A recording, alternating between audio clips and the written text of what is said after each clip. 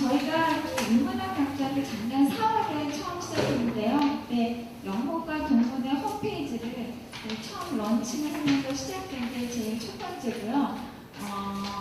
이번이 5번째입니다.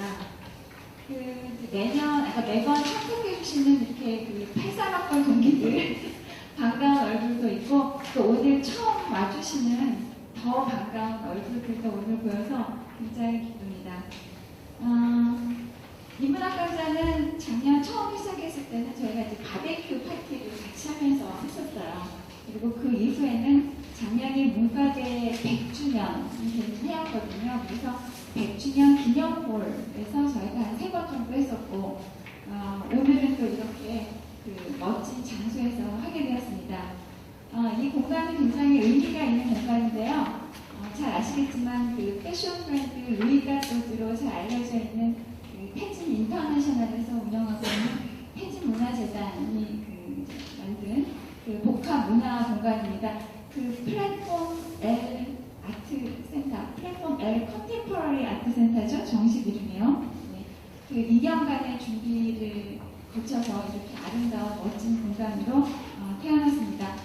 지난 5월 12일에 개관을 했고요. 지금 현재 설치 작가이신 배영아 작가의 작품과 또 중국의 그 미디어 아티스트인 양푸동 작가의 영상이 지금 지하 1층에서 전시되고 있습니다.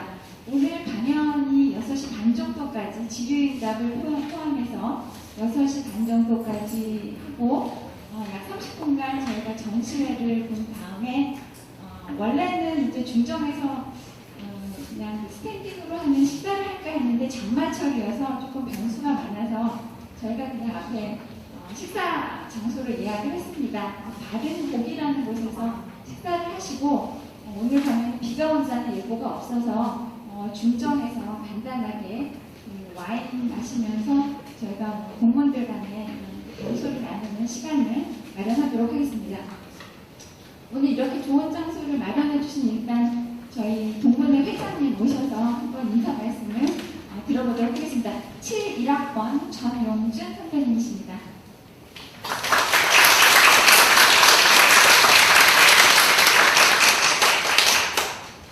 어저께 비가 많이 와가지고 오늘 아침까지 나는 우리 집에서 비 새는 거 지금 수리하다가 왔어요. 그러니까 낙엽이 이렇게 많이 쌓여가지고 물이 맥혀서 약간 넘쳤더라고요. 그래서 아침에 어제 밤에 사람 불러가지고 뭐 다 수리하고 여러분들 뭐 비 피해가 없으신지 모르겠습니다. 네. 그래서 쭉 우리가 학교에서 이렇게 행사를 해보다가 이번에는 처음으로 우리 대강 기념 겸 등등해서 또 저희 그 아트센터에서 이렇게 강원교 선생님을 모시고 멀리서 또 부산에서 오셨는데 너무나 감사드립니다. 좋은 또 시를 갖다 오늘 또 강의해 주신다고 해가지고 너무 감사드립니다. 아무튼 더운 여름에 여러분들 건강하시고요. 이거 끝나고 나서 아까 우리 그 부회장께서 말씀하셨지만 오늘은 비가 올까 싶어서 전부 다 실내 행사만 잡았는데 오늘 비가 안 온다 그러니까 식사하시고 나중에 중정에서 간단하게 와인도 드시고 또 영화도 우리 최현준 교수가 또 준비한 영화가 있습니다. 그걸 또 같이 보시면서 좋은 시간을 되시기 바랍니다. 아무튼 이렇게 성에 이렇게 많은 분들이 참석해 주시고 나날이 우리 인문학 과정 교실이 더욱더 발전했으면 좋겠습니다. 여러분들 감사합니다.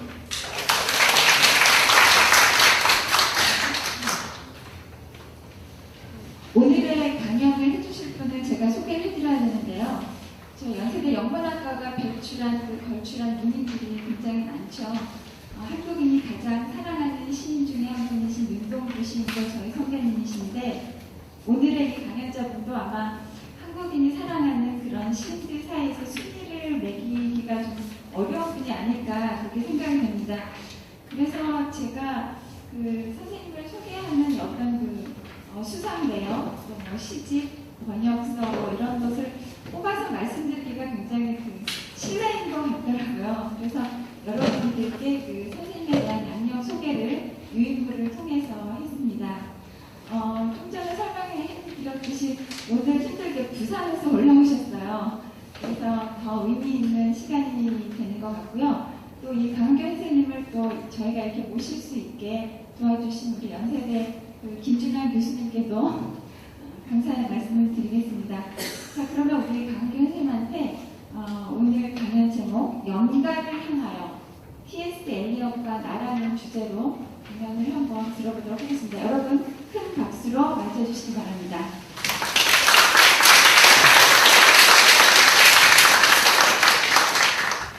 또 전공자들도 계시고 이런 더구나 김준환 교수님 이렇게 계신데 제가 감히 뭘 떠들겠다고 그거는 순전히 엘리엇 때문이에요.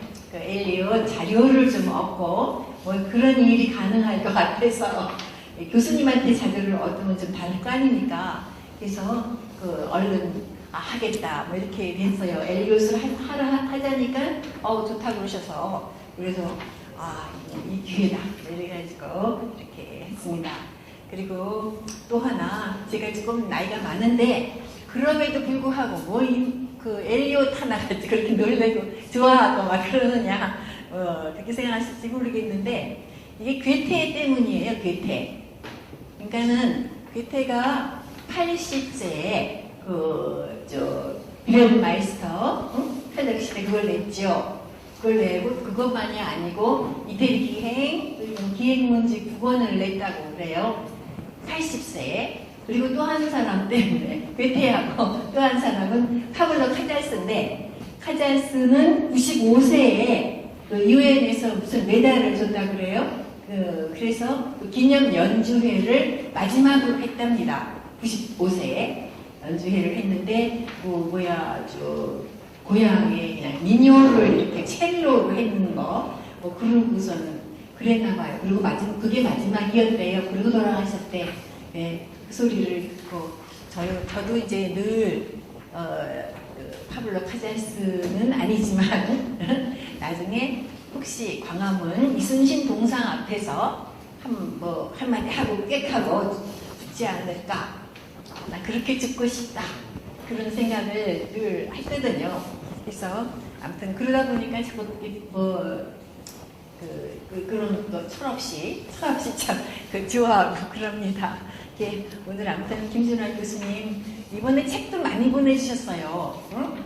그거 다 그렇게 많이 하면 제가 어떻게 읽습니까? 너무 많이 보내. 600 페이지를 이렇게 보내주시고 또 한글 책도 그냥 교보에서 몇 번에 걸쳐서 이렇게 오더라고요.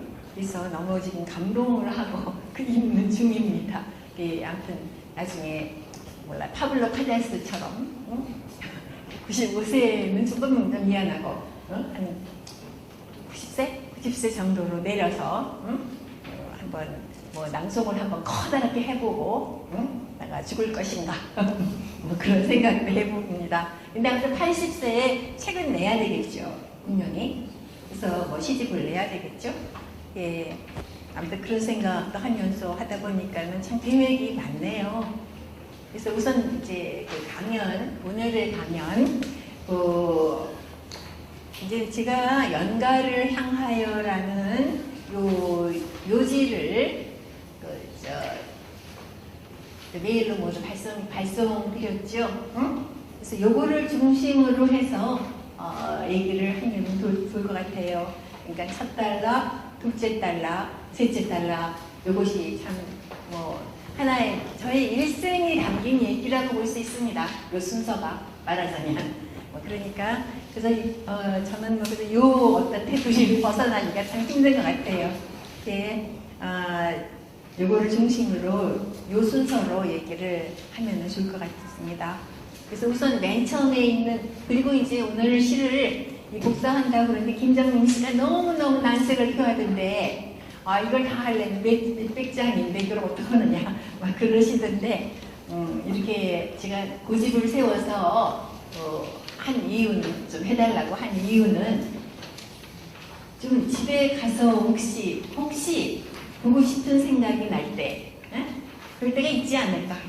응? 그럴 때 사실 우리 그 스크린, 그러니까 PPT나 이렇게 이런 것들 있잖아요. 요즘 응? 디지털화 돼가지고 그런 것들은 금방 다 지나가 버려요. 응? 그렇죠? 금방 그냥 소멸해 버리지. 응? 그래서 난 전자책도 사실 참 보기 힘들어. 그냥 날라가 버리잖아. 앞에 거 찾으려면 또 한참 이렇게 좀 헤매야 되고. 응? 이게 역시 인문학. 글쎄, 김준호 선생님 어떻게 생각하실지 모르겠지만 인쇄문화예요. 응? 1930년대 이후에 발전됐던 그 인쇄문화. 결국 현대 시도 그 인쇄문화의 하나의 파트라고 볼 수가 있죠.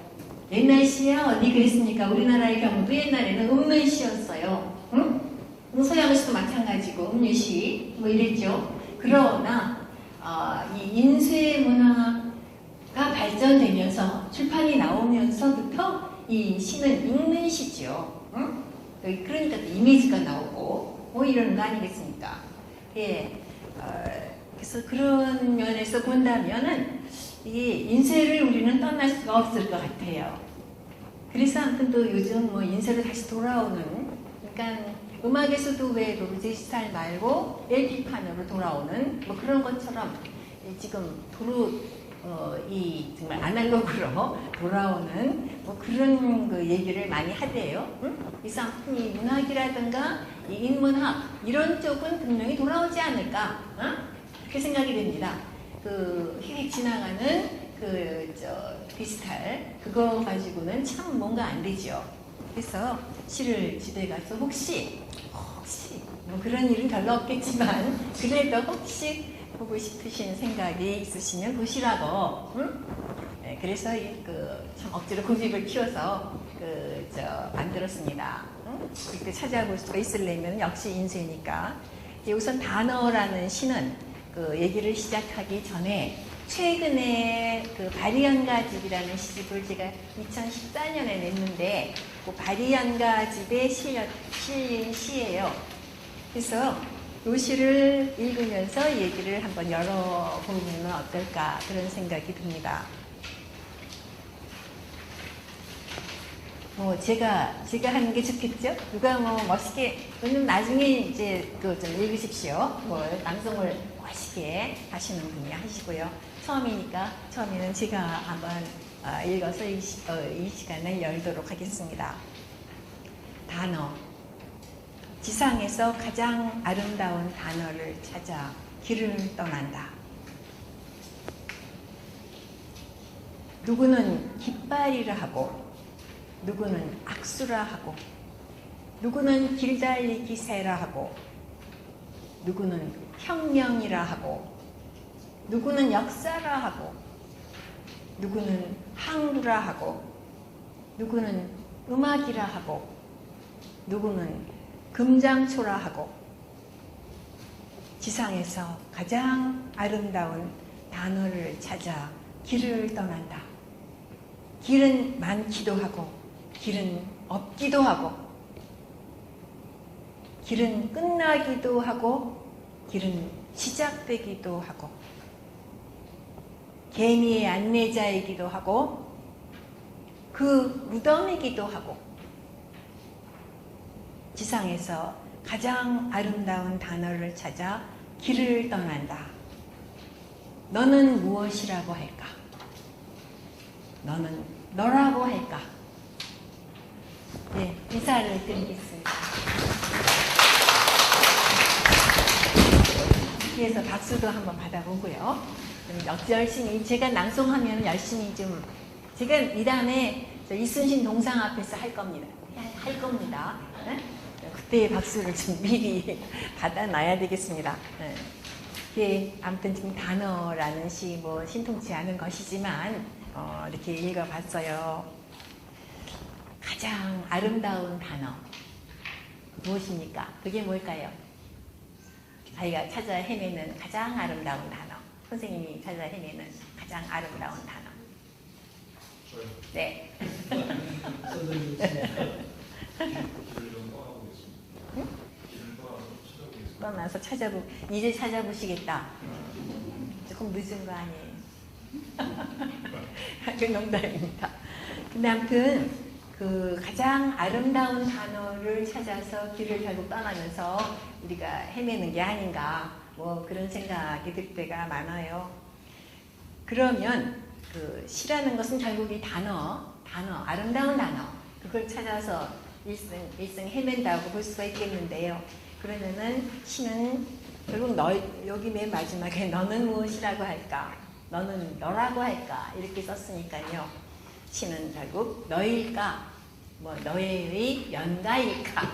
뭐 그렇게 생각할 수 있을 거라고 생각합니다. 예. 정말 몰라요. 저는 여기 그 우리 동무님들 다 그러신지 모르겠지만은 뭐 그러실 거예요. 갈수록 아주 아름다운 거, 세상에서 정말 아름다운 거 하나 한번 찾고 싶어요. 응? 그게 이제 요즘 나에게 발휘로 오고 뭐 이러는데 그 아주 아름다운 찬미가를 우리가 부를 수 있다면 시라는 것도 좀 괜찮지 않을까라는 그런 생각을 할 때가 참 많습니다. 이게 시의 최고 여기 제가 첫단락에 쓴 것처럼 시의 최고 형태는 연가다. 제가 언제부턴가 그렇게 생각을 하게 됐어요. 이게 아마 나이가 들면은 좀 다 그러는 모양이에요. 근데 아무튼 아름다운 거. 우리가 어떻게 보면은 저는 그렇게 생각할 때 몰라요. 선생님은 어떻게 여기 동무님들은 어떻게 뭐 다 다르겠죠. 다르게 생각하실지 모르겠지만 절망하기는 참 쉽지 않아요? 응? 절망하기는. 그리고 아무튼 뭐 절망하고 한다는 그런 부정적인 것들은 지금 어떻게 보면 그냥 불평하는 거 쉽지요. 굉장히 쉬워요. 그런데 정말 아름다운 것을 찾아 헤매는 그런 어떤 것은 참 어렵다라는 생각이 들어요. 이게 절망은 젊을 때 참 많이 하는데 나도 많이 했는데 절망은 또 젊은이 많이 하는 게 절망, 난해함 응? 참 인생이 어렵죠. 뭐 안 풀리니까. 그런데 사실 그것들이야말로 쉽습니다. 어떻게 보면은 응? 정말 우리가 도달해야 할 것들을 나중에 보면은 아름다움이었구나. 그럼 정말 어려운 거. 끝까지 가다 못 찾을지도 모르는 그런 거겠죠. 그런 거. 그래서 우리 아무튼 처음에 모두 연가에서 시작을 하는 것 같아요. 모두 사랑하면서 뭐 청춘을 시작하는 거 아니겠어요? 그런데 연가에서 시작하는데 연가의 뜻은 모르고 시작하겠죠. 응? 이게 조금 더 이렇게 나이가 먹고 더 나이가 먹고 이렇게 점점 더 뒤로 가면은 그런 연가의 아름다움을 새롭게 생각하게 되고 결국 저는 시에 있어서 아직도 사포가 얘기되고 있는 이유 중에 하나 뭐 우리 시에서도 황진이가 얘기되고 있는 이유 중에 하나 아무튼 뭐 이런 것들도 그렇고 음악도 그렇고요. 응? 음악도 결국 핸델 뭐 이러고 나오고 이게 아무튼 연가가 아무튼 최고의 형태가 아닌가. 그래서 어떨 때는 쇼팽도 그래요. 핸델도 그렇지만 쇼팽도 굉장히 아주 아름다운 정말 가슴 아픈 뭐 그런 게 있죠. 응? 그래서 그런 것을 쓸 수 있다면 정말 좋겠다라고 생각을 해요. 근데 아무튼 그 연가가 그렇게 갈수록 내 속을 태우는 이유 중에 하나는 뭐라 그럴까요? 이중성, 연가가 가진 이중성.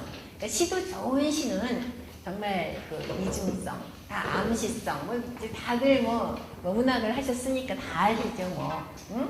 암시성, 이중성, 다층성, 중층성, 이런 것들 전부 우리가 얘기하고요, 이러는데 정말 시에 있어서 그 이중성이라는 게 어떻게 나타나는가라는 것을 한번 생각을 해보자 이겁니다. 그러면 결국 나중에는 연가로 우리가 돌아갈 수 있지 않을까 이렇게 생각이 돼요. 그래서 제가 처음에 이중성을 생각하면서 연가를 생각하면서 이제 한번 처음에 꺼내보자고 한 시가 저의 시지만 젊은 시절에 썼던 거예요. 70년대에 70년대에 썼던. 그러니까 이게 굉장히 오래된 시죠. 우리가 무리되어. 이게 이게 좀 많이 너무 좀 유행하는 느낌이 들죠? 네? 유행하는 느낌이 들어서 참 얘기를 안 하려고 그랬었는데 그래서 이렇게 종이에 끼어들게 된 거예요. 저는 이 시를 항상 빼거든요. 그런데 아무래도 이게 내 젊은 시절이 여기에 다 녹아있기 때문에 결국은 녹아있어요. 그거를 말하자면 독자들이 잘 알아준 거죠, 참. 그러다 보니까 이게 그래도 꽤 생명력이 기네요, 아직. 아직도 왔다 갔다 하는 거 보면은 꽤 그 옛날 시대에 조금 말하기가 좀 그렇긴 해요. 근데 이것 때문에 제가 사실은 맨날 젊습니다. 맨날 70년대예요, 나는. 그래서 아주 지방에 그 시골 같은 데 이제 가면은 이거 우리가 무리되어 하면 조금 자기네들 입에 있고 뭐 이제 이런 모양이지요. 그러니까 어머 아직도 살았네. 아직도 안 죽었네. 뭐 이런 사람도 내가 만난 적이 있습니다. 아무튼 그렇게 좀 오래된 시기는 한데 요게 좀 얘기가 그래도 되지 않나라고 생각이 됩니다. 요게 지금 우리가 무리되어 가요. 처음에는 사실 이게 분단 특집 시였어요. 이게 통일시였어요. 그러니까 그러니까 제가 발표한 것은 그때 쓴 거는 모르겠습니다만 이제 잊어버렸는데요. 아무튼 그때 어떤 문학지에서 분단 특집을 했어요. 그래서 거기에서 제가 이제 거기에 준 것이 이거였죠. 그래서 그때는 제목이 아주 거창했습니다. 칠판이 있으면 쓰면 정확할 텐데 제가 발음이 어떨지 모르겠네요. 나의 평화주의. 아주 거창하죠, 제목이. 평화주의, 그것도 평화도 아니고 평화주의. 나의 평화주의. 아주 거창하고 아주 참 유식한 듯한 그런 제목이잖아요. 그래서 그런 걸 딱 붙였는데 요게 이제 어떻게 시집을 그때 바로 내게 됐어요. 그래서 그걸 내는데 지금 뭐 이름을 대면 다 알 수 있는 고모 씨가 고모 선생이 나의 평화주의가 뭐냐? 응? 그게 무슨 시제목이야? 그러면서 그 첫 줄에 있는 우리가 무리되어 이걸로 하자. 이거 얼마나 좋냐? 막 이래가지고 이게 우리가 무리되어가 돼버렸어요.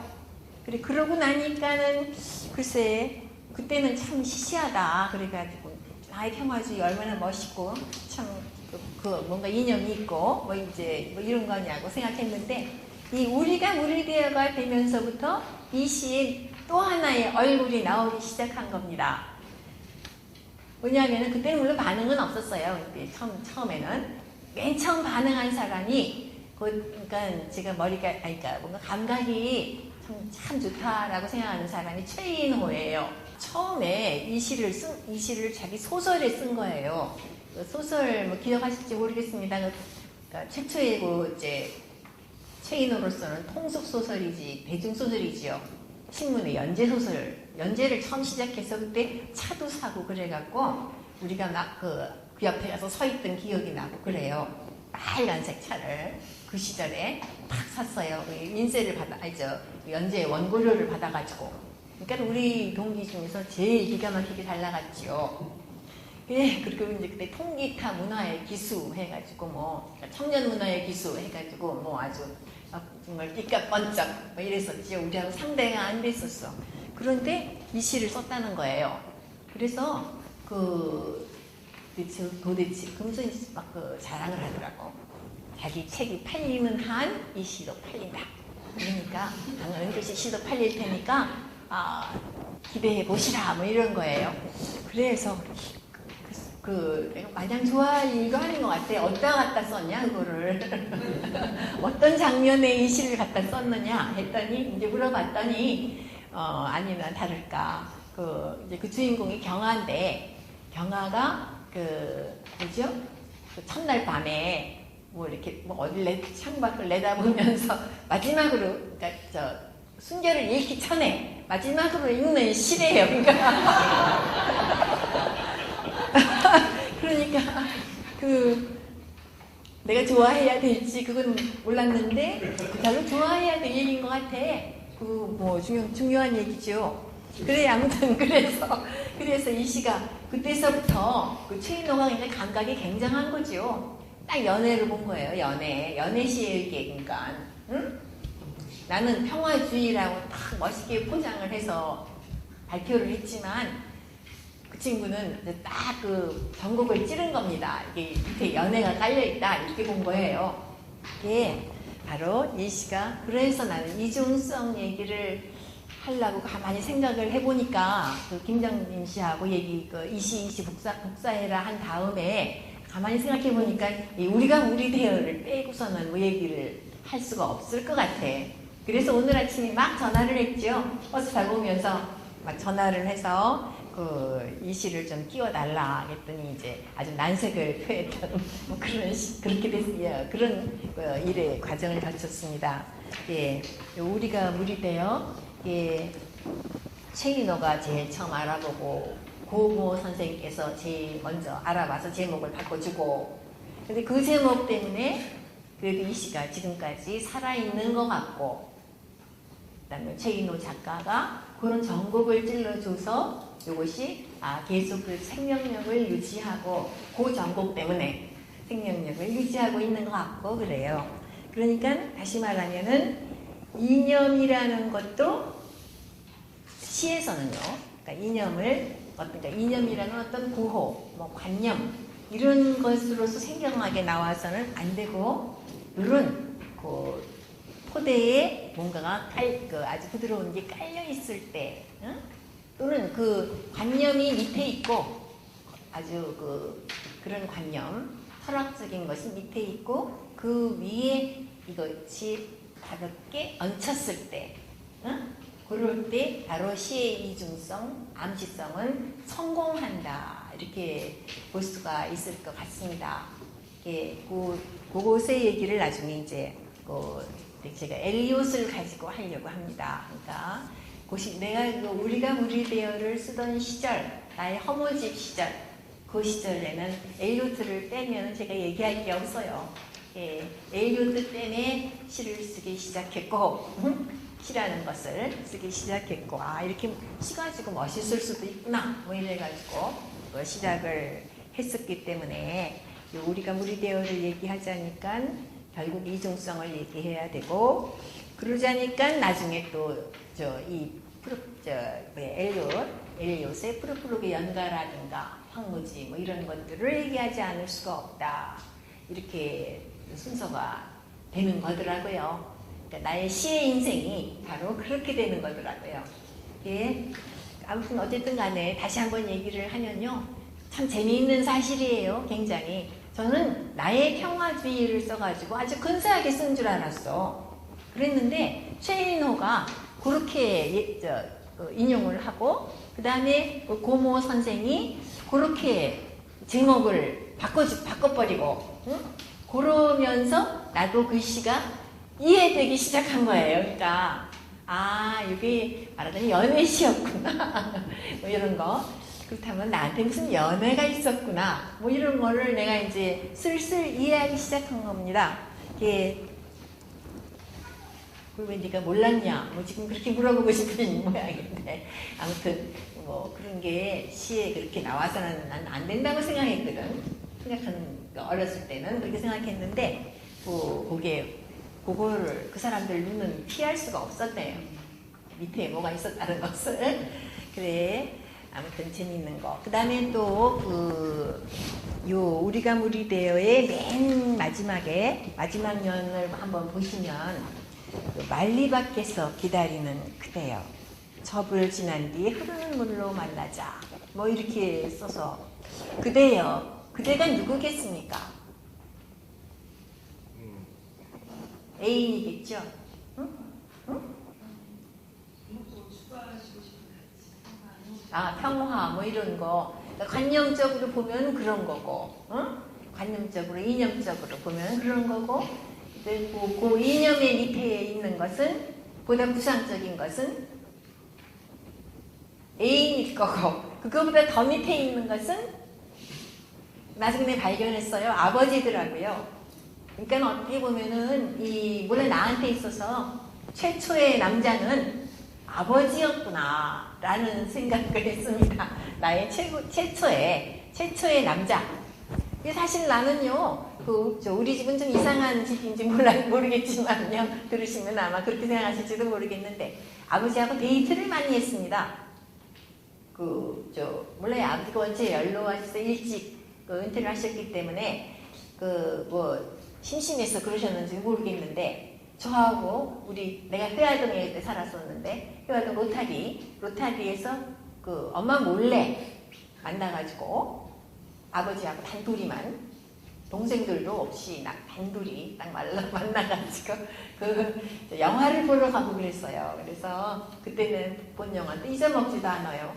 내용은 다 잊어버렸는데 그 영화 제목을 안 잊어버려. 어떻게 된 게 김승호인가 그때 배우가 나오는 돈이라는 영화가 있었어요. 돈. 그 다음에 또 리처드 3세. 그때예요. 그때 영화를 많이 봤어요. 영화 데이트를 많이 했습니다. 아버지하고. 예, 그래서 또 이제 서로 헤어져서 모른 척하고 들어오고. 왜 그랬을까요? 난 지금 도대체 이해가 안 가. 왜 엄마한테 얘기하고 가면 될걸? 그렇게 몰래 로타리에서 만나서 가고 또 헤어져서 따로따로 들어오고. 참 왜 그랬는지 모르겠는데요. 아무튼 그런 일이 밑에 깔려 있었습니다. 어쨌든 간에. 그래서 아무튼 말리 밖에서 기다리는 그대여 저불 지난 뒤에 흐르는 물로 만나자 하는 요 그대의 이미지가 바로 우리 아버지의 이미지였다. 왜냐하면요, 그거를 이제 나중에 발견을 했는데 그게 왜 이런 게 나왔을까? 말리 밖 하늘이 왜 나왔을까? 제 그때 다른 사랑법이라는 시에도 맨 뒤에는 등 뒤에 있는 하늘 이런 게 많이 나오거든요. 그래서 왜 그런 게 정말 그 젊은 때 그런 게 나왔을까라고 생각을 해보았더니요. 우리 아버지는 제가 아무튼 학교에서 올 때는 꼭 길에 나와서 기다리셨어요. 골목에서. 그러면 나는 이제 골목으로 해서 딱 돌아왔죠. 그럴 때 아버지 뒤에는 항상 하늘이 있었다 이런 얘기죠. 그걸 난 몰랐었는데 나의 밑에 깔려 있었던 거죠. 그래서 그 하늘의 이미지가 그냥 튀어나온 겁니다. 근데 그 뒤에 자전 이런 것도 보시면 하늘의 넓은 시계 소리를 비리대기 여행 노래를 보시면 비리대기 여행 노래인가 아무튼 하늘의 넓은 시계 소리를 걸어 놓으며 이런 시가 나옵니다. 구절이. 그런 어떤 하늘 이미지가 아무튼 서기의 시, 요새는 없어요. 서기의 시에 그런 것들이 들어있는데 그게 왜 그런가 했더니 바로 그게 우리 아버지의 이미지고 그것을 다시 말하면 내가 지금 나이가 먹었으니까 참 이렇게 말하는데 참 최초의 남자의 이미지고 이런 것 같아요. 아무튼 나의 시에서 굉장히 재미있는. 그래서요 오늘 일단 다시 말해서 좋은 시라던가 이런 것들은 결국 이중성, 다시 말해서 우리말로 얹히다 이런 게 있죠. 응? 얹히다는 영어로 표현하기 어떤 얹힘이라는 그런 어떤 묘한 우리 뉘앙스라고 우리만의 어떤 의미를 지닌다고 말할 수 있겠는데요. 그거를 이중성이라고 하면 사실 재미없어. 응? 재미없고요. 얹힘이라고 얘기를 해야 아주 정확한 것 같아요. 얹힘. 응? 얹히다. 응? 그래. 얹히다 하는 것을 특히 여러분 각자의 자신 다 시를 누구든지 다 시를 쓸 수 있다는 얘기가 아마 이런 데서 나오는 거겠죠. 뭐냐 하면은 저는 이번에 강의를 준비하면서 지하라는 말을 지하 땅 밑 그러니까 지상지하 그러는 지하라는 말을 다시 한번 생각해야 됐습니다. 이거는 베냐민의 에세이에도 지하가 그런 식으로 나오진 않고 그냥 지하에 있는 어떤 골동품들 이런 얘기가 이제 에세이를 쓴 게 굉장히 재밌었는데 지하라는 말이 딱 떠올랐어요. 이렇게 말하면 굉장히 정확하겠다라는 생각이 들었어요. 뭐냐면은 우리한테는 다 지하가 있죠. 흔히 말해서 이렇게 표면과 이면하는 식으로 얘기하는데 그거 가지고는 뭔가 충분하지가 않아요. 그냥 이면 정도가 아니고 사실은 그 우리 밑에 밑바닥에 아주 밑에 심연에 깔려있는 그 무엇, 자기도 모르는 그 무엇이 우리 지하에 분명히 있다 이겁니다. 그래서 그건 유년 시절일 수도 있고 또는 역사, 유년 시절 이전의 어떤 역사 같은 거, 뭐 그런 것도 있을 수가 있고요. 네, 그런 것들이 결국 밑에 깔려 있어서 그 지하에 있는 것들이 항상 우리 뭐 시를 쓰거나 할 때 사실은 밑바닥에 달려있게 되죠. 응? 토대로서. 그래서 이거는 이 지하라는 얘기는 그 뭐 어떤 뭐 나의 지층 이렇게 얘기할 수도 있겠고요. 또는 우리 흔히 막스 얘기할 때 어떤 토대, 그죠? 뭐 그런 것도 얘기할 수가 있겠고, 아무튼 토대가 되는. 근데 이제 그 막스가 밥을 얘기하는 건 아니고, 보다 그 정신적인 토대가 되는 그런 어떤 것이 바로 이 지하, 우리의 지하가 아닌가 그런 생각이 듭니다. 그래서 또 그건 시간적으로는 과거의 보물 덩어리들 수도 있어요. 보르헤스의 말에 의하면은 가장 뭐라 그럴까, 우리는 과거의 덩어리다 뭐 이런 식으로까지 얘기를 해요.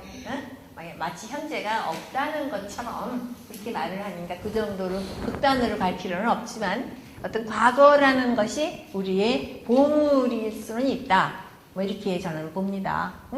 그래서 과거도 그 지하, 우리의 지하에 있는 하나의 지층일 수 있겠죠. 그거 말고도 역사라는 지층도 있을 수가 있고 우리도 모르는 그런 역사가 우리 밑에 있는 겁니다. 사실 우리가 알고 있어요. 어떻게 왜 옛날 얘기를 들으면 뭔가 알잖아요. 배우지도 않았는데 아는 거. 그래서 이제 문학작품 번역하기 참 힘들잖아요. 예, 그런 것 때문에 그렇죠. 그런 어떤 그 지하가 있기 때문에 그 지하를 외국인들은 번역할 수가 없는 거죠. 우리만이 할 수 있는 거죠. 그래서 그런 것들이 시에 나오면은 완전히 얹힌다 이렇게 볼 수가 있겠습니다. 그러니까 현재가 바로 그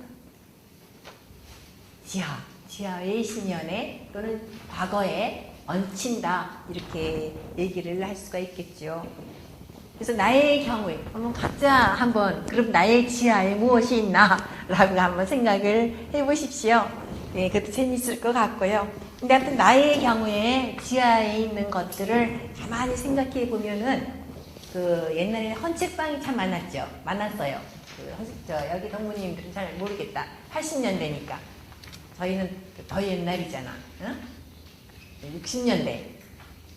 그러니까 우리 때는 뭐 쳐다보고 놀 곳이 없었어. TV도 없었고요. 뭐 이제 이러니까 TV를 뭐 로타리에 걸어놓고 전부 나와서 봐라 이런 시대였으니까 뭐 이해를 못할 거 요즘 애들은. 예, 아무튼 오로지 놀 것은 책밖에 없었다 사실은. 응? 그러니까 나는 아무튼 어쨌든 간에 헌책방의 책들을 뭐 책을 살 돈은 없으니까요. 헌책방의 책들을 거의 매일 빌려서 읽었어요. 그러니까 항상 가방은. 그래서 난 엘리오트를 만나면서부터는 진짜 공부 안 했다고 봐야 돼요. 그래. 예, 아무튼 그때부터는 실수고. 고전의 책은 그냥 아무튼 교과서보다도 그런 책들이 항상 많았으니까요.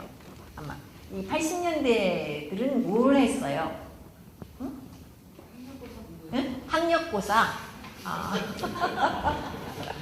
학력고사 공부하느라고 바빴죠. 다른 책 못 봤죠. 응? 응? 만화방. 맞다. 우리 때는 만화방은 없었어. 만화방이 없었고 헌책방이 이제 곳곳에 있었죠. 그래서 고등학교 앞에도 있었고, 일단 우리 동네에도 있었고. 얼마나 제가 열심히 다녔나 하면 헌책방에 헌책방 주인이 나한테 선물을 했어요. 헌책방 주인이 그때 무슨 서울대 국문과생이었던 것 같아. 나중에 보니까. 그런데 아무튼 여고생이 하도 책을 많이 빌려가니까 기특했나봐. 걔가 선물을 줬어요. 그러면서 뭐라 그랬겠나 하면 뭐라 그랬나 하면 아직도 안 잊어지네 하도 무서워서 이건 새 책이다. 그러면서 그 준 책이 릴케의 시집이었어요. 그래서 그때서부터 이제 시라는 게 세상에 있구나. 그전에는 이제 소설밖에 모르고 뭐 아주 유식한 척 맨날 뭐 사르트르 이런 거 끼고 다니고 응? 뭐 이렇게 이제 우리 시대에는 그랬어요. 뭐 사르트르, 까미 뭐 이제 이랬거든요. 이게 우리가 열심히 끼고 다니고 뭐 로맹, 롤랑 뭐 이렇게 끼고 다니고 뭐 이랬는데 이게 아무튼 새 책 릴케를 받아가지고 아무튼 그 책은 참 안 없어졌었어. 오랫동안 가지고 있었어요. 있었죠. 부산 갈 때까지도. 어? 아무튼 그 열심히 그 책을 읽었었다는 얘기. 바로 나의 지하에는 그 헌책방도 있었고 또 우리 아버지의 어떤 그런 뒷모습도 있었고 뭐 이랬다는 것이죠. 그리고 이제 조금 더 커서는 영시 개론 시간도 있었고 그러니까는 부지불식간에 그런 게 튀어나왔겠죠. 나도 모르게. 그 영시 개론 시간에 뭘 배우셨는지 모르겠지만 나 때는 골드 트레저리를 이렇게 배웠어요. 조금 빨간 표지가 있던 그거를 배웠었거든요. 거기서 이제 문제의 엘리옷을 만났죠. 그래서 그전에는 제가 영어를 잘했는데 아마 엘리옷을 만나면서부터 시를 쓰기 시작하고 그 다음부터는 이제 영어 공부하고는 좀 거리가 있었던 그런 윤진환 교수님한테 죄송합니다. 공부를 좀 못했습니다. 아무튼 그 골든 트레저리 잊을 수가 없고 그래서 제가 시도 몇 번 쓴 게 있죠. 그 강의실 때문에 그 지하 강의실에서 우리는 많이 들었고 아마 잘 모르실 거다. 문과 나중에는 그 총장실 있는 건물 있죠. 담장에 넝쿨 많고 거기가 우리 문과대 건물이었거든요. 그래서 거기에 강의실이 굉장히 아주 음습하고 마치 마하에 뭐 파르키타가 울려 나올 것 같은 그런 아주 반이죠. 그리고 그 지하에서도 많이 듣고 지하에서는 이제 국문과 걸 많이 듣고 그다음에 뭐 이제 우리는 구석 1층에서 많이 듣고 뭐 그랬었습니다.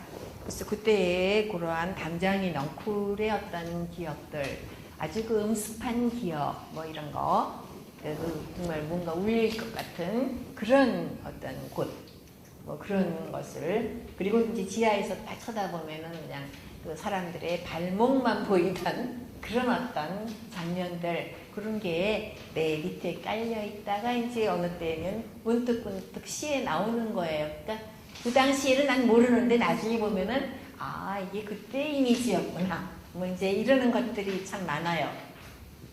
그 다음에 요새는 뭐 다들 아파트에 사니까 이런 수업들이 없지요.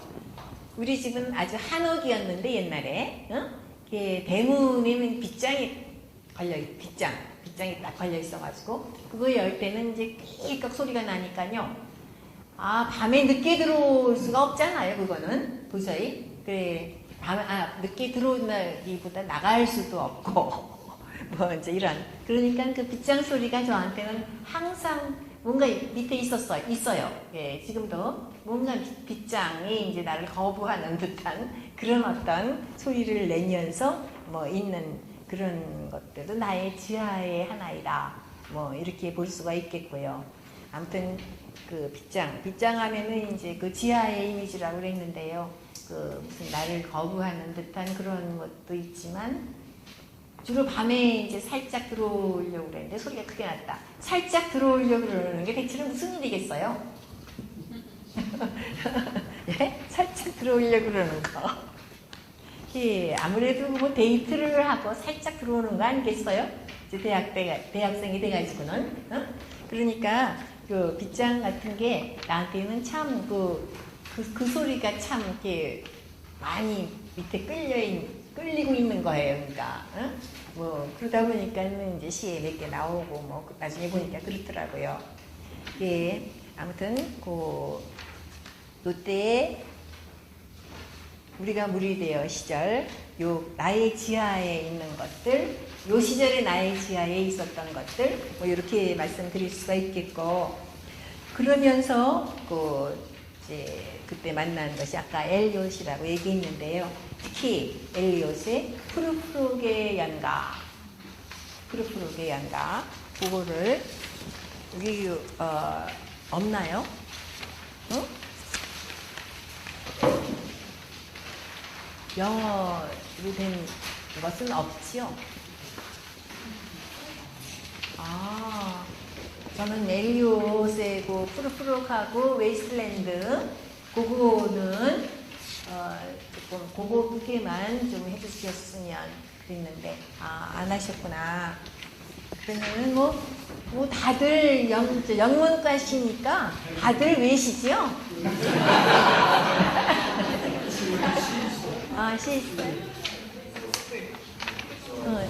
아니요, 잠깐. 그러면 그냥 뭐 복사까지 할 거는 없지요. 뭐 요 처음에만 좀 읽으면 이거 민음사에서 자 그러고 보니까 참 민음사에서 이번에요. 그러니까 제가 선정이 됐대요. 선정. 뭐냐면은 그러니까 민음사에서 세계 시인선을 이제 그동안 쫙 내왔잖아요. 그래서 나는 에밀리 디킨슨을 그 옛날에 번역한 걸 또 중간에 고치고 뭐 이랬거든요.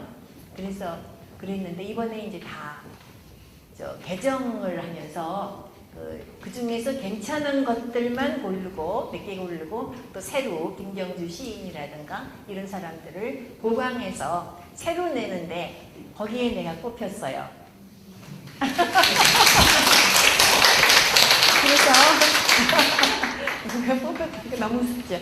예, 에밀리 디킨슨 그 제목 바꿔가지고 내가 원래 처음에 냈던 게 사실은 멋있는데 한 줄기 빛이 비스더니 지금 그런 거 안 나와요 사실. 그 사람들이 이걸 바꿔버리긴 했지만 한 줄기 빛이 비스더니라는 이 비스더니라는 그 이미지가 안 나오죠. 응? 안 나오고 왜냐면 나이가 먹을수록 그래요. 그런 것 같아. 아주 논리적이 되는 거야 이게. 응? 옛날에 젊었을 때는 그게 안 된 거예요. 그러니까 참 멋있는 거지. 가끔 아주 도련스러운 이미지가 나오는 거죠. 단어가 아주 도련한 단어가 이상하게 쓴 단어들이 나오고 뭐 이러는데 이 나이가 먹고 뭐 또 더구나 사회생활을 이렇게 하고 하다 보니까 아주 논리적인 그리고 뭔가 규범에 딱 맞는 그런 게 나오니까 이런 말이 안 나와요. 한 줄기 빛이 비스더니 어떻게 빛이 비스더니 비쳐요 그냥 빛이 그냥 이렇게 비슷하게 이렇게 이제 빛이 이렇게 들어오는 거죠, 그죠? 뭐 그렇게 말하면 설명을 하게 되죠. 근데 아니 그냥 한 줄기 빛이 비스더니 이래가지고 나는 그때 비스듬이라는 말을 많이 썼어요. 지구가 비스듬히 웃는다 뭐 이런 거 많이 썼거든요. 이게 아무튼 그거를 에밀리 디킨슨을 보면서 이제 그렇게 번역을 했던 거죠. 근데 그거 이번에 이제 다 없애버리고 요새 트렌드로 고독은 잴 수 없는 것. 이게 에밀리 디킨슨 굉장히 고독과 뭐 소외 뭐 이런 거 그러니까 나하고 좀 비슷해요. 뭐 그런 게 그 사람의 주세계니까요. 그것도 뭐 맞는 말이죠. 근데 그게 이제 직접적이 되다 보니까 지금 굉장히 잘 팔리는가 봐. 그래가지고 엊그제 나한테 이번에 인쇄로 했거든요. 자기네들이 미안해서 인쇄로 하겠다. 왜냐면 옛날에는 그냥 막 그 매절로 해서 자기네들 혼자 이렇게 뭐 10년 동안 했는데 너무 미안해서 몰라 그 사람이 그러대. 너무 미안해서 이번에 뭐 어느 것으로 하실까요? 선생님 뜻에 따라서 하겠습니다. 그래서 그럼 인쇄로 하자. 에밀리 디킨슨 거긴 하지만 인쇄로 하자 그랬더니 벌써 한 달도 안 됐는데 재판 들어갔어요. 이게 상당히 잘 팔리나 봐. 우선 장사들을 잘해. 네. 몰라 그 제목 때문에 그런가. 고독이란 뭐 이렇게 나오니까 아주 감각적이잖아요. 네, 고독이란 잴 수 없는 것. 그런 시가 있거든. 내가 그렇게 한 게 있거든요. 네, 고독이란 잴 수 없는 것을 아주 딱 끄집어내고 책을 예쁘게 만들었어요. 아무튼 이건 여달이고 아무튼 그 시도 한번 보십시오. 에밀리 디킨슨 아주 좋은 시인이고 그래요. 아무튼 이 푸르푸르를 보면서 그 얹힌다는 거 이것을 나는 아주 체득했다. 어렸을 그 대학교 다닐 때 그걸 참 아주 거의 체험 하듯이 배워서 쓴 게 아니고 이거 읽으면서 정말 그때 또 연애를 했거든요. 연애하면서 이거 읽으면서 뭐 이런 게 이제 한꺼번에 다 온 거예요. 응? 그러니까 이 엘리엇을 보고 내가 시를 쓰지 않을 수 없잖아요. 그죠? 연애할 때 제 시가 잘 나오잖아요. 역시. 역시. 이게 제가 이제 지금 연애를 못해서 시를 못 쓰는 것 같아요. 근데 뭐 어떻게 할 수도 없고 그건 이제 어떻게 할 수 없잖아요. 요즘 아무리 노력을 해도 요즘 좀 그렇죠? 예. 아무튼 요 첫 줄 Let us go then, you and I. Let us go then, you and I. 그리고 요거 때문에 요 시를 내가 버리지를 못하는 거예요. 그대와 나. 그대와 나. 영문학자들이 평론가들이 해석한 거야. 무슨 인연의 나, 주관적인 나, 객관적인 나, 유엔아이가 유와 아이가 다른 게 아니다. 이쪽에서 객관적 자아, 주관적 자아다. 먼저 이렇게 얘기하지만 어쨌든 간에 유엔아이는 나한테 굉장한 어떤 무게를 가지고 다가왔다. 이렇게 말씀드려야 될 것 같아요. 그 당시에는 참 객관적 자아, 주관적 자아 하는 것도 좀 막연히 나한테 왔겠죠. 응? 막연히 왔겠죠. 이게 명신 것 같아요. 막연히 왔겠지만 또 애인이 있으니까 UNI가 되는 거고, 응? 뭐 이런 거 아니겠습니까? 그래서 여기 이제 프로프로그를 보면은 사실 이렇게 젊은 사람도 아니고 중년의 남자고, 응? 가망 없는 어떤 사랑을 하고 싶은데 이제 너무 늙어 빠지고 또 말라 빠지고 뭐 이래가지고 이제 연애 못하는 거 아니에요? 응? 뭔가 그렇게 잘 안 되는 거 여자들이 보면 별로인 그런 사람이 된 거죠 이제. 그래서 부르는 게 이 프로프로그인데, 아무튼 그 시절에 나는 어찌 된 건지 이 UNI에 굉장히 반했었고. 그 다음에 이것이 또 처음에 그냥 레더스하고 나오는 요거. 그리고 그래서 내가 그러면 가자 아이야 하고 이렇게 쓴 시도 이제 있는데 나중에 이때가 그리워서 쓴 적도 있는데요. 아무튼 요 기절 때문에. 그리고 이제 그 뒤에 When the evening is spread out against the sky 이렇게 나오는 거요.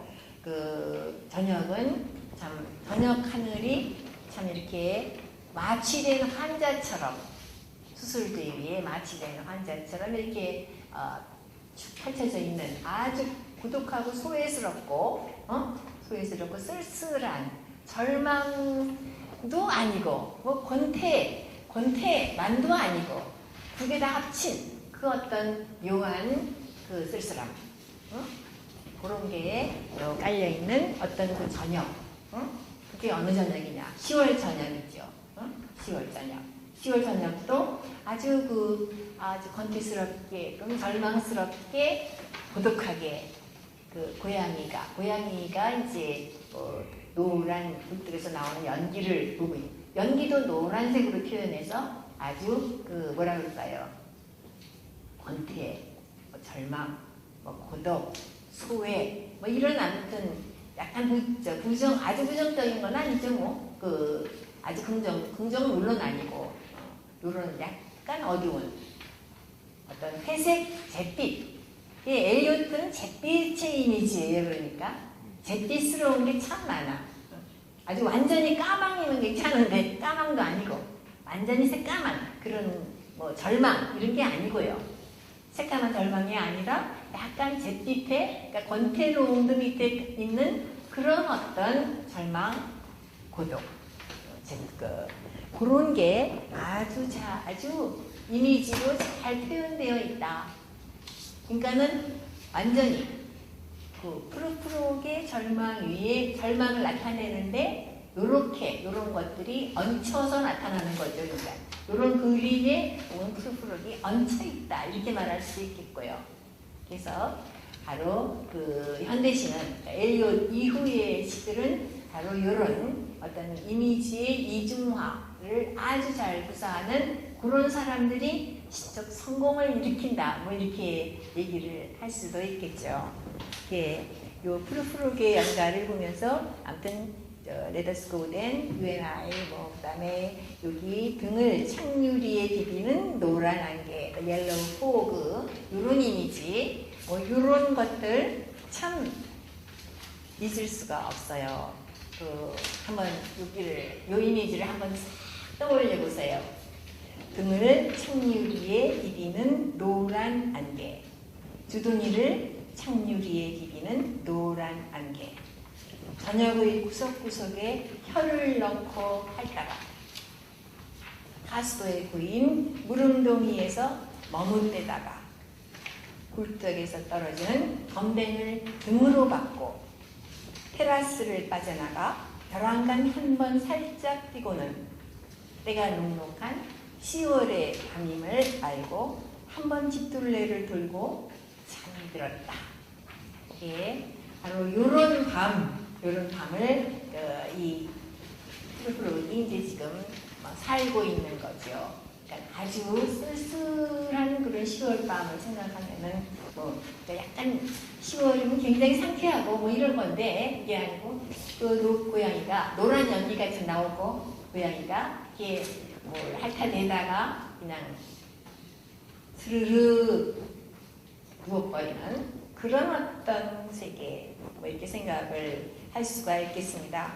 그리고 여기 그 프루프룩의 첫 장면을 보면은 자, 레더스 고된 UNI 다음에 그 만취되어 있는 환자 모양 뭐 이렇게 저녁이 널브러져 있는 모양. 저녁도 그냥 있는 저녁이 아니라 저녁이 널브러져 있을 때. 그리고 이제 그 뒤에 그 널브러져 있는 하늘 아래 펼쳐져 있는 광경이 뭐냐면 그 일박용 싸구려 호텔의 잠 못 이루는 밤과 아마 우리나라 쯤으로 하면은 여인숙 같은 게 되겠죠. 그 여인숙이나 요새 그 많은 모텔들 뭐 이런 것들의 어떤 그 밤 뭐 이런 것들 그러면서 그런 것 속에서 그 난처하고 거창한 질문으로 끌고 가려는 음흉한 의도를 지닌 뭐 파리지 뭐 이렇게 얘기한다든가 뭐 감히 해볼까 하면서 그냥 계속 머뭇거리는 그런 어떤 그 태도 뭐 이런 것들이 결국 이 시를 굉장히 권태스럽게 그러나 아주 권태스럽지만 그 끊임없이 사랑하려고 하는 그러나 거기에는 이제 끼지 못하는 그런 어떤 그 중년 남자의 모습을 이제 보여준다고요. 근데 그게 아마 저의 성향도 있어서 그럴 거예요. 나의 지하에 있는 게 뭐냐면은 그 뭐라 그럴까 비리대기죠. 비리대기는 말하자면 버려진 여자지요. 버려진 딸. 7번째 딸을 낳으니까 또 기집애냐 그러면서 이제 버렸잖아요. 응? 그래서 7번째 딸은 버려졌지만 이제 그 다음에 신화가 시작되는 거죠. 학들이 그 버려진 딸을 키우고 뭐 이런 거 아니겠습니까? 그래서 아무튼 비리데이가 지니는 그 소외성, 응? 그 아주 정말 그 기가 막힌 그 절망, 절망적인 어떤 상태라고 이제 얘기할 수가 있겠는데요. 그 버려졌다는 그런 그 이미지가 바로 내 밑에 있었다. 이렇게 봐도 괜찮겠죠. 그런 발의의식.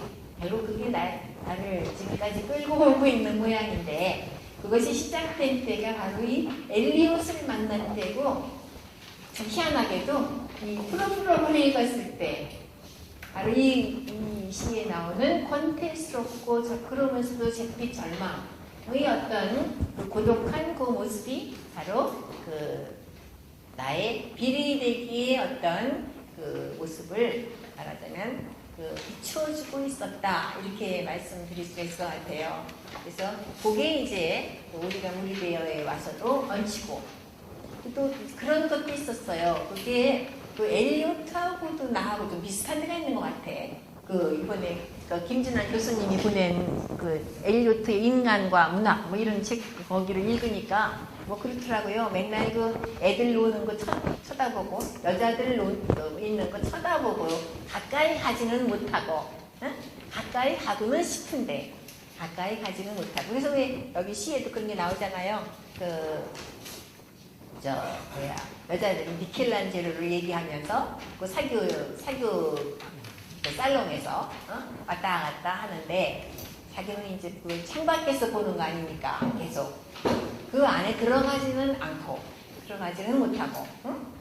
그러니까 아주 정말 그 쓸쓸하게 소외된 그런 한 사람이라고 말할 수 있겠는데, 그게 이제 나한테는 바로 발휘되기 의식으로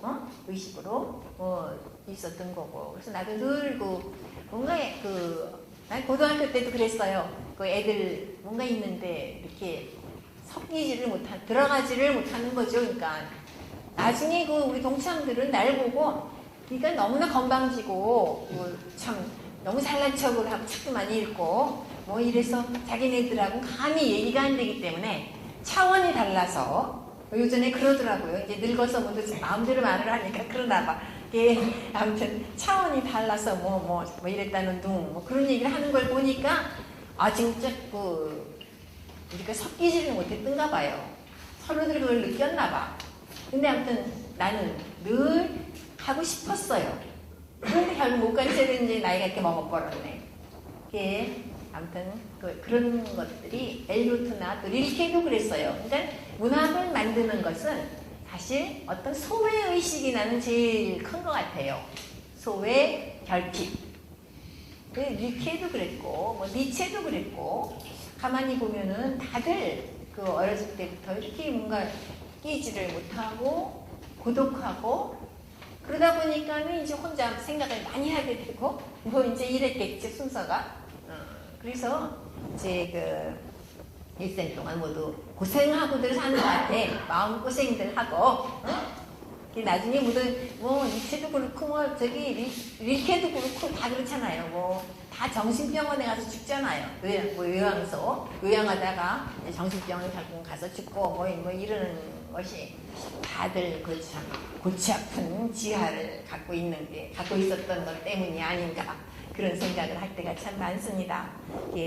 시 쓰는 사람들 뭐 이렇게 별로 이렇게 신통하게 살지는 못해요. 아무튼 재미있게 읽어주시면 참 그냥 할 뿐이지요. 사는 거는 정말 참 엉망이고 어떻게 보면 참 불쌍하고 뭐 그렇습니다.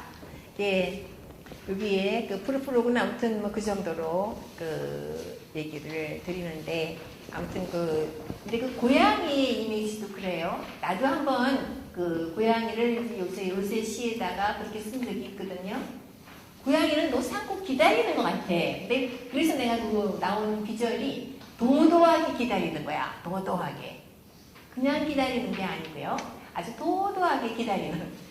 그러니까 고양이가 왜 뽀쭉 앉아가지고 이렇게 많이 앉아있는 그런 모습을 보면은, 내가 무슨 사진을 하나 탁 찍었는데 아주 정중앙에 고양이가 아주 다들 나가버린 동네 가운데 딱 이러고 앉아있더라고요. 근데 그걸 보면서 이제 도도함, 기다림이라는 것은 참 도도하구나 라는 그런 이미지가 나왔어요. 아마 이 엘리ot도 뭔가 이런 고양이를 보면서 뭔가 그런 이미지를 느끼지 않았을까라는 생각이 듭니다. 그러니까 고양이는 참 화려한 동물인 것 같은데, 그러면서도 상당히 고독하고 뭔가 현실에서 자꾸 미끄러지는 그런 어떤 모양을 우리한테 그러니까 시 쓰는 사람들한테 잘 주는 것 같아요. 그래서 고양이를 가지고 시를 쓰는 사람들이 꽤 있지요. 꽤 있어요. 그래서 그 다음에는 제가 말씀드리고 싶은 거는, 제가 몇 시까지 해야 되죠? 6시 반. 그럼 요거는 그냥 뭐 간단하게 얘기해서 넘어가고요. 뒤에로 이제 넘어가야 되겠습니다. 자전. 자전은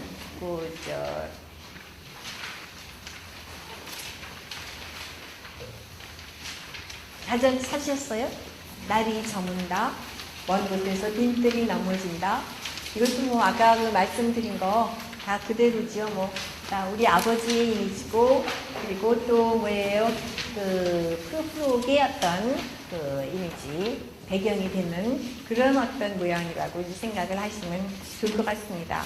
집이 흐느낀다, 날이 저문다. 어떤 그 나의 그때의 눈에 비친 종로 상가의 모습 그렇게 말하면 될까? 아무튼 그 거리를 걸어가면서 나는 그 시를 많이 썼는데 여기 자전에 나오는 시들은 여기 하늘의 넓은 시계수래 여기 있었구나. 내가 요새 이제 좀 시들이 좀 많아지다 보니까 자꾸 그 시집에 어디 있는지도 모르고 시기절이 어디에 있다고 자꾸 착각을 하게 되고 그래요. 여기 하늘의 넓은 시계수리 아까 하늘 얘기했었지요. 응? 우리 아버지의 등 뒤에 있던 참 만리 하늘, 응? 그 하늘의 넓은 시계소리, 뭐 이런 것, 이런 이미지들, 이런 것을 나는 그 종로에서 보았다. 옛날 지금도 그렇지만 그 종로 참 복잡한 거리죠. 복잡하고 뭐 슬프다 그럴까, 뭐 그런 거리. 그 종로에서 우리 그때 그 시절에 다니던 어떤 조그만 잡지사의 기사가 그래서 조금 걸어오면 종로고 그랬어요. 을지로고 종로고 뭐 이랬지요.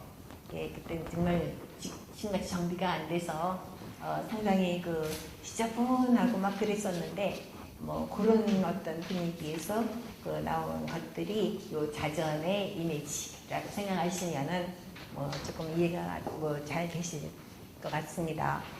그리고 이제 정말 얘기하고 싶은 것이요. 요 비리대기 여행 노래예요. 이게 아직도 그러니까 발이로 나한테 이어지고 있으니까요.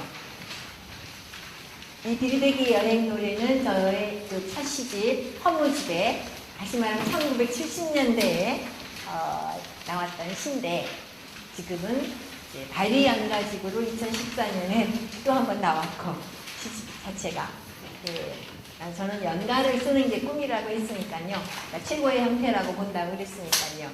발이 연가집을 결국 썼는데 발이 연가집 내가 제대로 또 한 번 써야 될 것 같아요.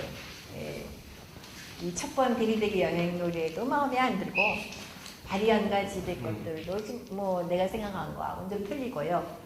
그래서 뭐 정말 80에 빌 마이스터는 아니지만 발이 연가집을 아마 고전에 좀 내야 되지 않을까 그런 생각을 합니다. 근데 아무튼 이때 비리대기는 바로 그런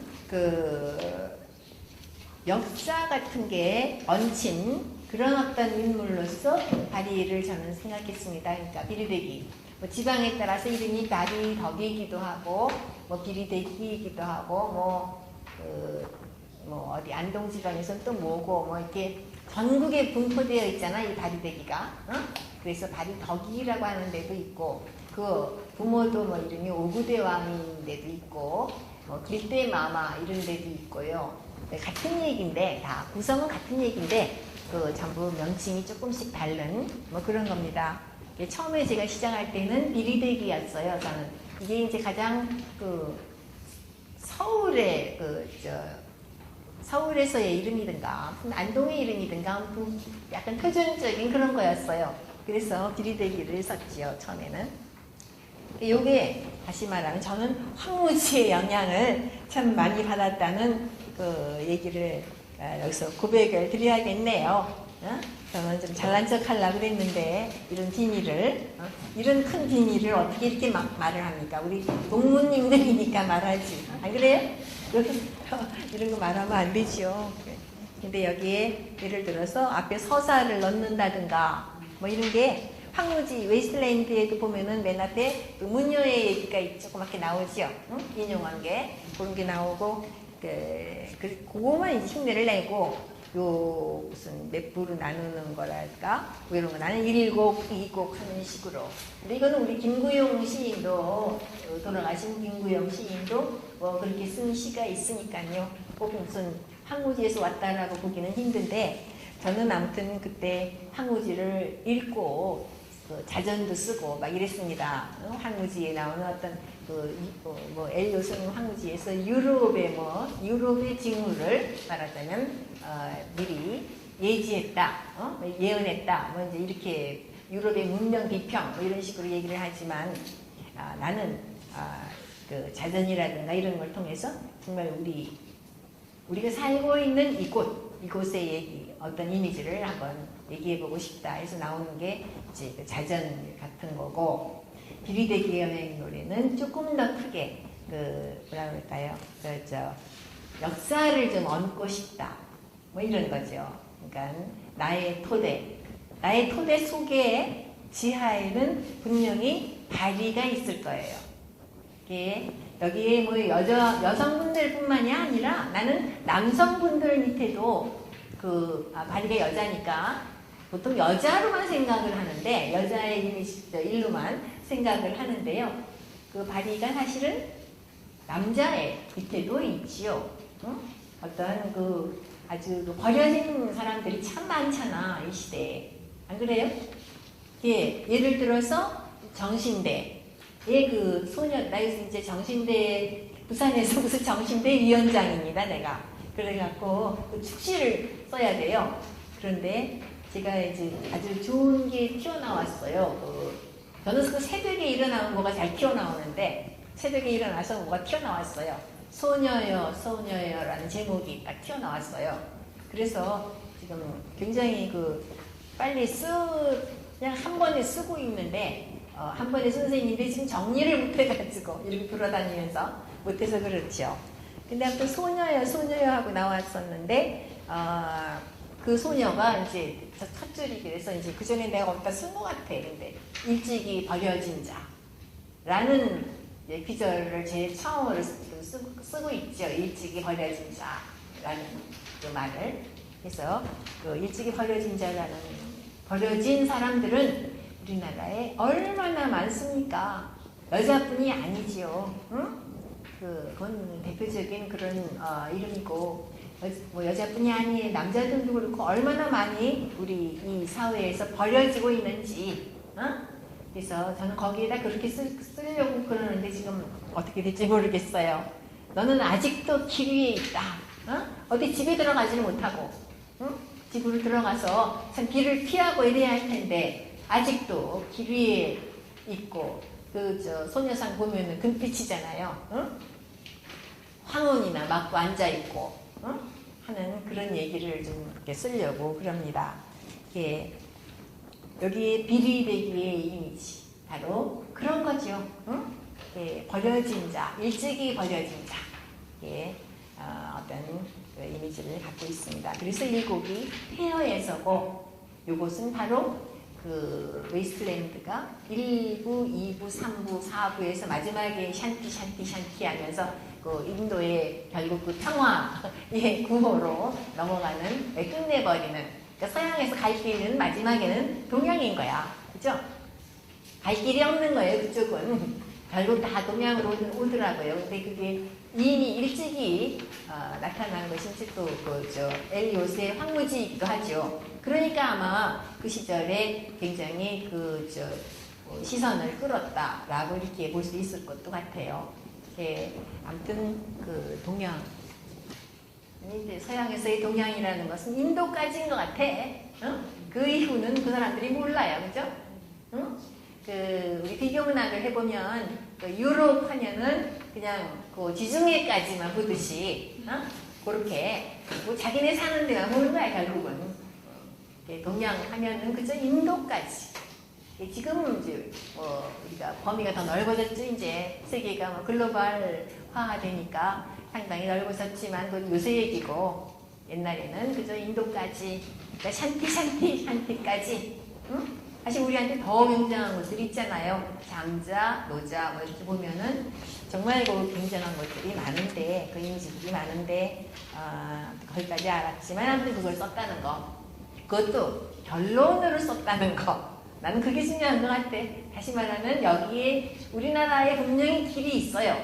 길이 있는데 우리가 모두 몰라. 지금 말하자면 우리는 또 서양을 따라가느라고 난리를 쳐서 지금 뭘 모르는 거죠. 우리한테 있는 거를 우리는 지금 모르고 있다, 이렇게 볼 수도 있겠지요.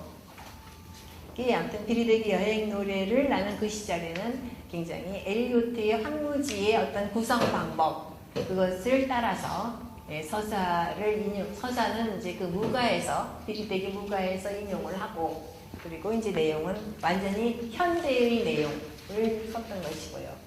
그래서 이번에 나온 바리연가집도 또 마찬가지인데 보다 구체화되었어요. 그러니까 여기에 비리대기 여행 노래는 상당히 조금 추상적이에요. 아무리 현대 얘기를 썼다 해도 뭐 일어나자 일곱 페어라고 얘기하면서 일어나자 저 하늘은 내 무덤도 감추고 상당히 좀 반대로 얘기를 하죠.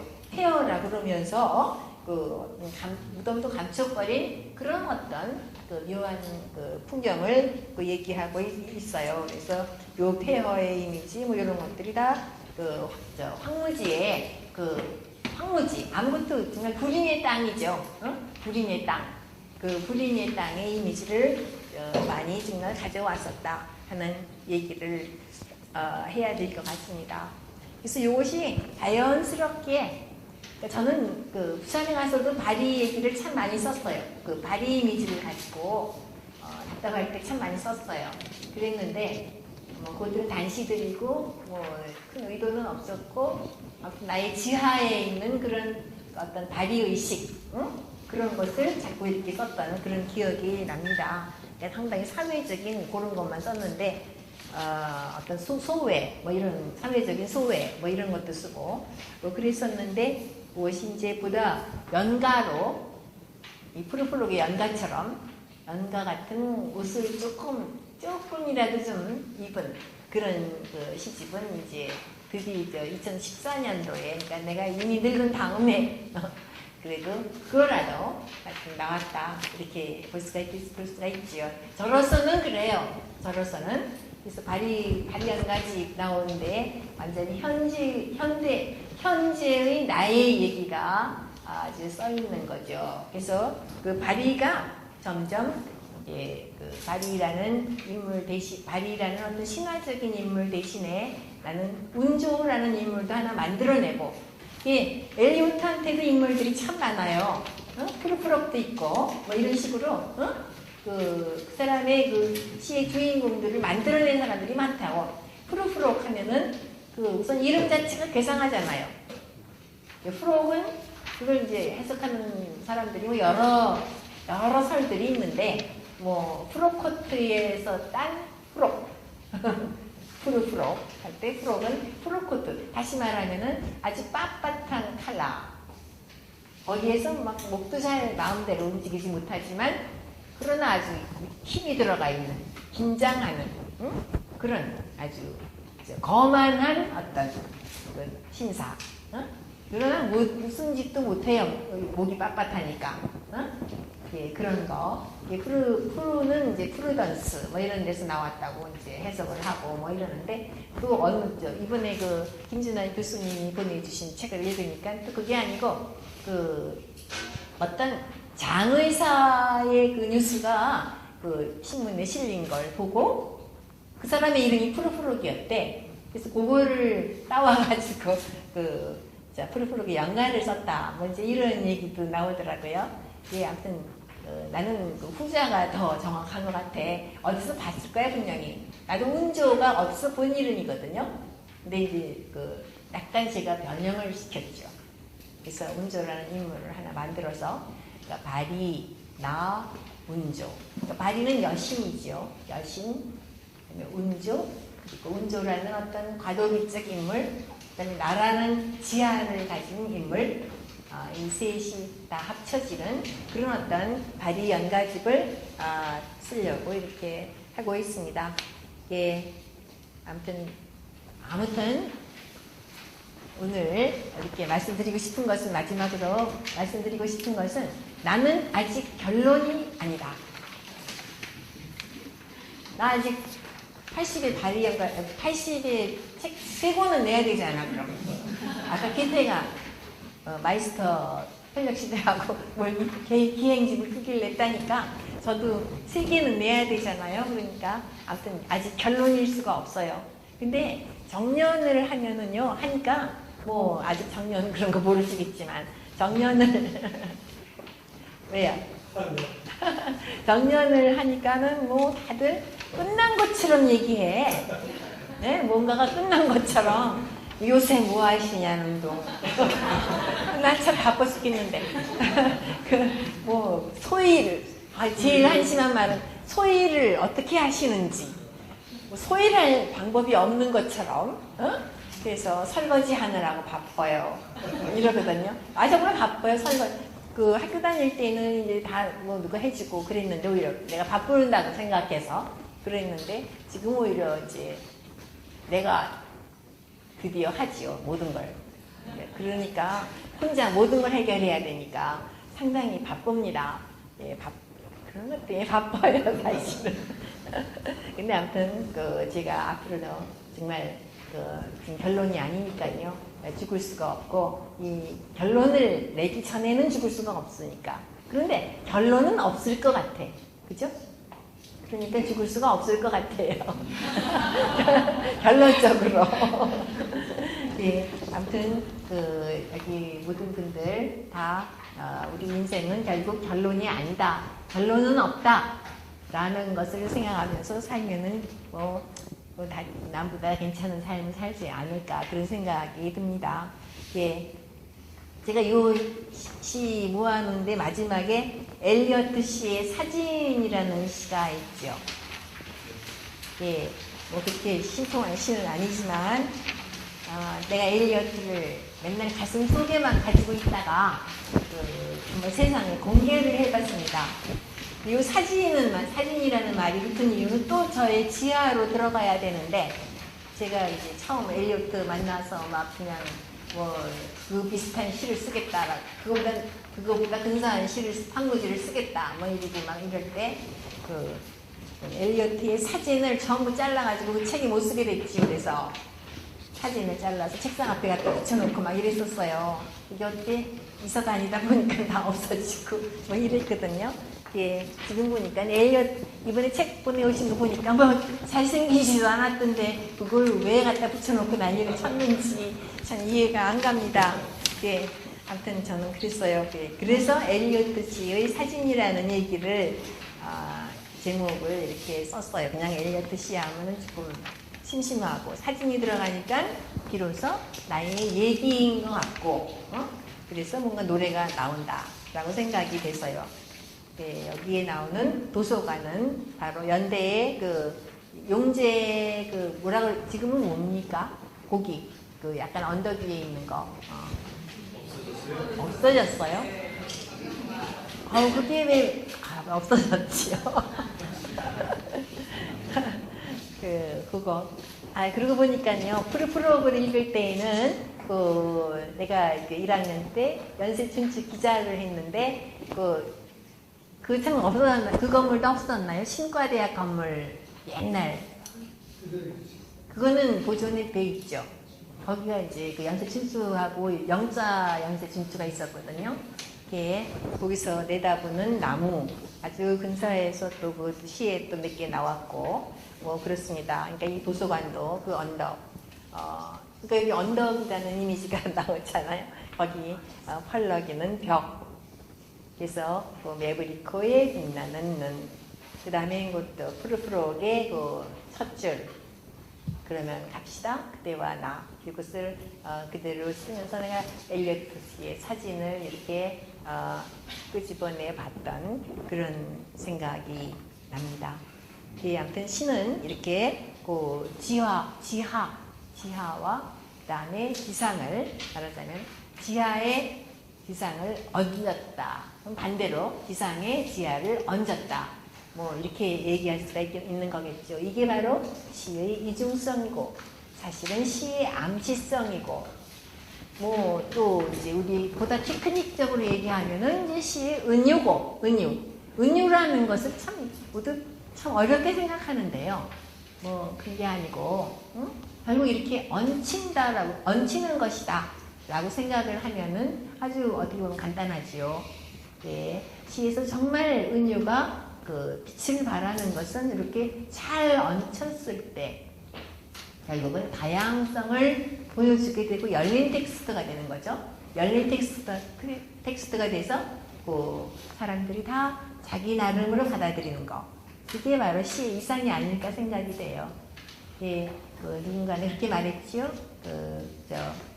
100만 권의 책이 있으면 100만 명의, 그러니까 하나의 시도 100만 명이 읽었다면 100만 명의 시각이 있는 거, 있을 수 있는 거. 그게 바로 시고, 그럴 수 있는 어떤 가능성을 가장 많이 가진 것은 지하가 많이 달려있는 연가가 아니겠느냐.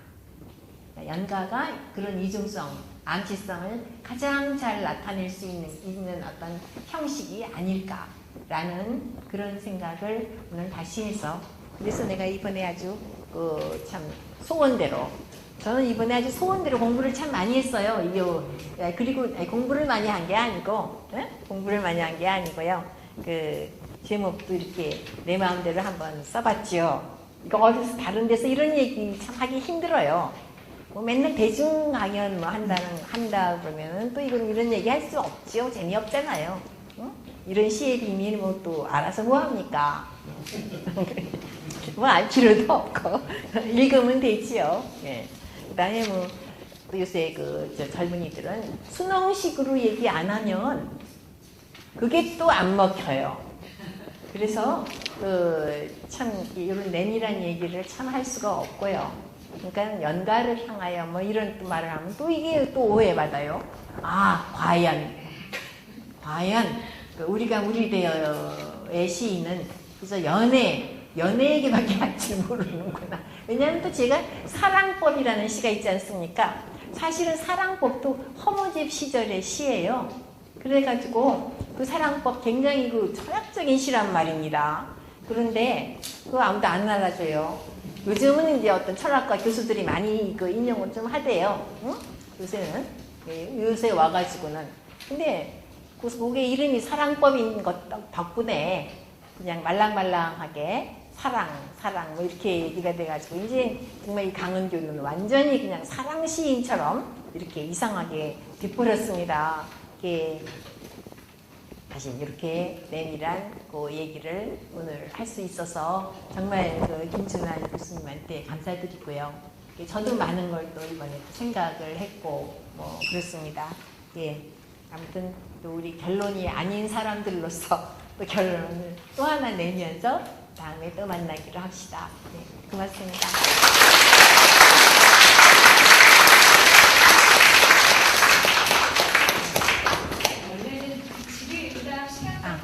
그러면 질의응답 간단하게 하나만 하면 안 될까요? 네, 질문이라기보다 그냥 이야기.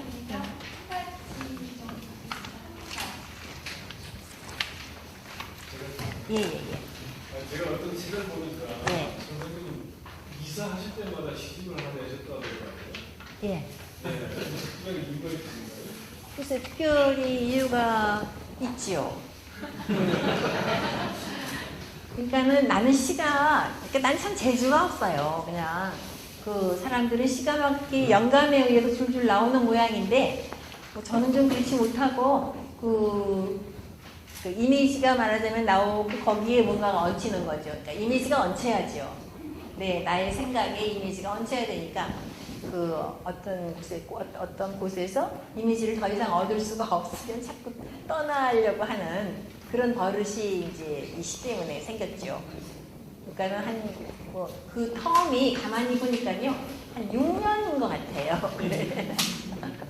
그래서 네, 6년 가만히 보니까 6년마다 내가 이사를 했더라고요.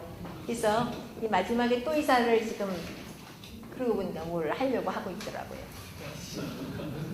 네, 아무튼 시라는 것이 그냥 책만 가지고 나오는 것도 아니고 그냥 또 머리만으로 나오는 것도 아니고 이게 뭔가 이런 게 다 섞여서 그죠? 정말 얹혀서 답변이 돼가지고 이렇게 나오는 건가 봐요. 그러니까 사는 게 맨날 골치 아파요. 열정적인